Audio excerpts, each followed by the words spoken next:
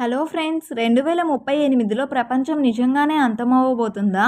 13th April 2029లో ఒక asteroid ఎర్త్కి ఎంత దగ్గర నుంచి వెళ్ళిద్ది?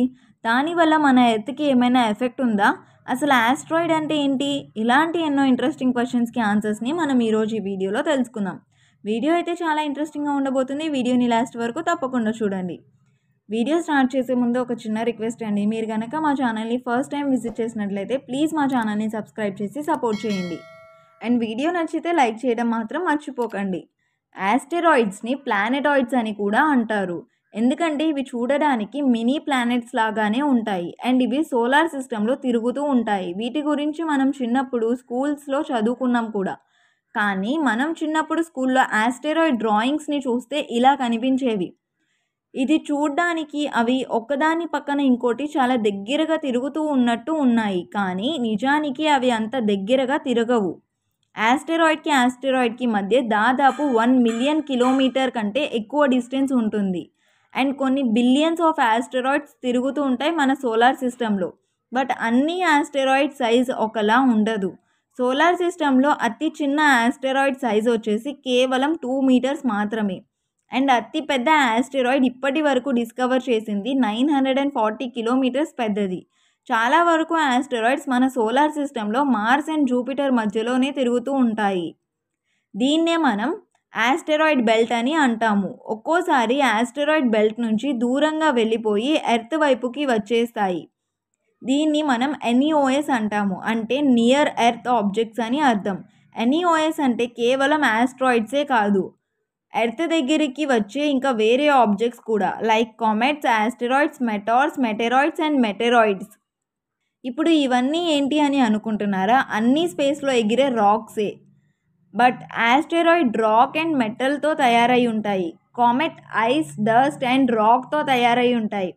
అండ్ కామెట్ మన ఎర్త్కి ఆస్టెరాయిడ్ కంటే ఎక్కువ డేంజరియస్, ఎందుకంటే ఇవి ఆస్టెరాయిడ్ కంటే సైజులో పెద్దవి అండ్ స్పీడ్ కూడా ఆస్టెరాయిడ్ కంటే ఎక్కువ వేగంగా ఉంటుంది. అండ్ ఇవి ఎప్పుడు వచ్చి మన ఎర్త్ని ఢీకొంటాయో కూడా మనం తొందరగా కనుక్కోలేము. లైక్ అవి చాలా దగ్గరికి వచ్చేసే వరకు కూడా మనకి తెలియదు. దీనివల్ల మనకి మన ఎర్త్ని సేవ్ చేసుకోవడానికి చాలా తక్కువ టైం మాత్రమే ఉంటుంది. మెటెరాయిడ్ అంటే ఏంటి అంటే ఆస్టెరాయిడ్ ఆర్ కామెట్ యొక్క చిన్న ముక్క.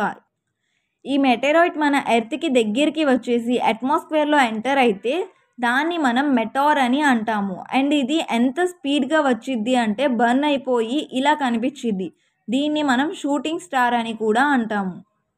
ఒకవేళ ఇది ఎక్కువ సంఖ్యలో వస్తే దీన్నే మెటార్ షవర్స్ అని అంటారు. ఒకవేళ మెటార్ పీస్ వచ్చి మన ఎర్త్ మీద పడితే దాన్నే మనం మెటెరాయిడ్ అంటాము. వీడియో స్టార్టింగ్లో మనం చెప్పుకున్నట్టు 13th ఏప్రిల్ 2029లో ఒక ఆస్టెరాయిడ్ ఎర్త్కి చాలా దగ్గరికి వచ్చిద్ది అని. అది నిజమేనా అంటే అది నిజమే. 1000 feet కంటే పెద్ద ఆస్టెరాయిడ్ ఒకటి 5 years తర్వాత అంటే 2029లో మన ఎర్త్కి చాలా చాలా దగ్గర నుంచి వెళ్ళిద్ది. ఎంత దగ్గర అంటే 31,643 కిలోమీటర్స్ డిస్టెన్స్ మాత్రమే ఉంటుంది ఎర్త్ అండ్ ఆ ఆస్ట్రాయిడ్కి మధ్యలో.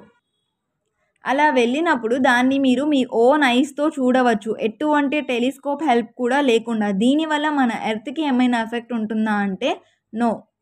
2029లో వచ్చే ఆస్ట్రాయిడ్ వల్ల మన ఎర్త్కి ఎటువంటి హాని కలగదు.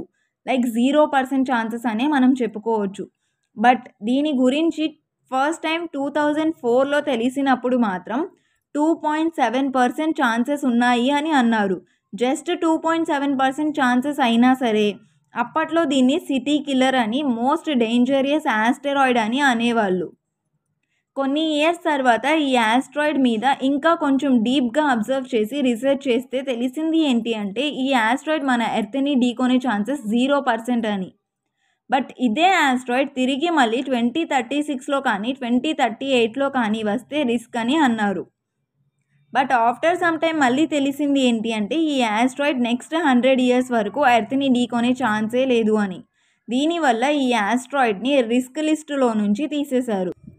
మరి 2038లో ఢీకొనబోయే ఆస్ట్రాయిడ్ వల్ల ఎర్త్కి ప్రమాదం జరిగే ఛాన్సెస్ ఉన్నాయా అంటే కొన్ని ఆర్టికల్స్లో అయితే ఎర్త్కి అదే లాస్ట్ రోజు అని, ఎర్త్ ఇంకా శాశ్వతంగా అంతరించిపోతుంది అని అన్నారు. కానీ అది కూడా పూర్తి నిజం కాదు. నిజానికి నాసా ఒక హైపోథెటికల్ ఎక్సర్సైజ్ చేసింది. ఇందులో 72% ఛాన్సెస్ ఉన్నాయి అని డిక్లేర్ అయింది. కానీ ముందుగా నేను చెప్పినట్లు అది హైపోథెటికల్ ఎక్సర్సైజ్ మాత్రమే, అంటే ఊహాజనిక అని.